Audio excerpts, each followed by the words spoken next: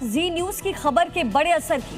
Real estate sector की नामी कंपनियों एक्सपर्शन डेवलपर्स और एक्सपर्शन कैपिटल पर धोखाधड़ी के आरोपों के खिलाफ कार्रवाई शुरू हो गई है। दिल्ली पुलिस की आर्थिक अपराध शाखा ने 630 करोड़ रुपए से ज्यादा की जमीन से जुड़े मामले में एफआईआर दर्ज की है। क्या थी ये धोखाधड़ी और कौन कौन शामिल था, एक रिपोर्ट में आपको दिखाते हैं।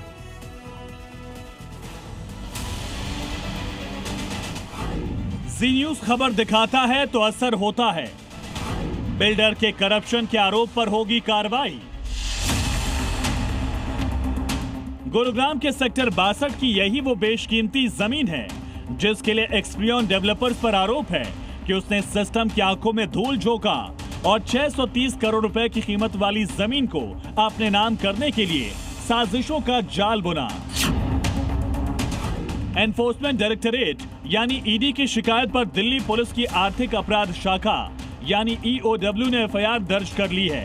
एक्सपीरियन डेवलपर्स, एक्सपीरियन कैपिटल के खिलाफ एफआईआर दर्ज की गई है। एक्सपीरियन बिल्डर की धांधली का खुलासा जी न्यूज बहुत पहले ही कर चुका है, जिसकी वजह से पिछले कई महीनों से जांच चल रही थी। चलिए समझाते हैं आखिर कैसे जमीन को हथियाने के लिए एक गहरा चक्रव्यूह रचने का आरोप है। डिग्निटी बिल्डकॉन प्राइवेट लिमिटेड नाम के एक रियल एस्टेट समूह ने गुरुग्राम में जमीन खरीदने के लिए बैंकों से बड़ा कर्ज लिया था। डिग्निटी बिल्डकॉन ने स्टैंडर्ड चार्टर्ड बैंक और ब्लैकस्टोन जैसी कुल 6 संस्थाओं से 992 करोड़ रुपए से ज्यादा का लोन लिया था। ईडी का आरोप है कि एक्सपीरियन डेवलपर्स ने खेल करते हुए डिग्निटी बिल्डकॉन की संपत्ति को कौड़ियों के भाव करीब 332 करोड़ रुपए में अपने नाम करने की कोशिश की। ईडी की जांच में सामने आया था कि एक्सपीरियन ग्रुप सीधे तौर पर कंपनी नहीं खरीद पा रहा था, इसलिए उन्होंने पहले सिस्टम को उलझाया। आरोप है कि जानबूझकर कोर्ट में याचिकाएं डाली गईं ताकि वक्त बर्बाद हो और पीछे से वोट खरीदे जा सकें। ईडी के मुताबिक एक्सपीरियन ग्रुप ने धांधली के लिए अपनी ही दूसरी कंपनी एक्सपीरियन कैपिटल ईसीपीएल के जरिए खेल किया। जांच के मुताबिक एक्सपीरियन कैपिटल ने 160 करोड़ रुपए देकर स्टैंडर्ड चार्टर्ड बैंक का कर्ज खरीदा और 50% वोटिंग राइट्स हासिल कर लिए। स्टैंडर्ड चार्टर्ड बैंक का कर्ज 494 करोड़ से ज्यादा का था, लेकिन उसने सिर्फ 160 करोड़ में यानी 70% के नुकसान पर कर्ज बेच दिया था। इसी तरह ब्लैकस्टोन समूह से जुड़ा करीब 58 करोड़ का कर्ज, जिसको करीब करीब आधी कीमत यानी 25 करोड़ में एक्सपीरियन ग्रुप को बेच दिया गया। इन 25 करोड़ रुपए से ब्लैकस्टोन कंपनी का 10% और वोटिंग राइट हासिल कर लिया।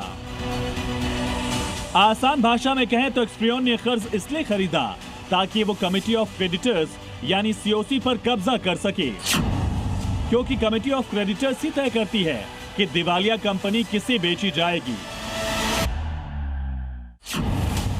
दरअसल प्लान ये था कि मैं ही खरीदार हूं और मैं ही फैसला करूंगा कि किसे बेचना है। दिवालिया कानून के तहत ऐसा करना कानूनी रूप से गलत है। इस मामले में ईडी का एक और खुलासा और भी चौंकाने वाला था।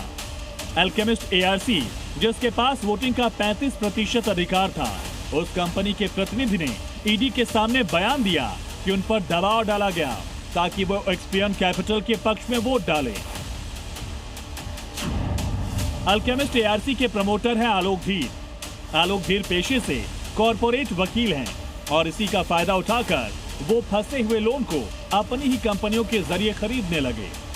ऐसी ही एक हेराफेरी के केस में आलोक धीर और उनकी कंपनी फंस चुकी है और अब एक्सपीरियन ग्रुप केस में भी आलोक धीर और उनकी कंपनी अल्केमिस्ट एआरसी की भूमिका संदिग्ध है।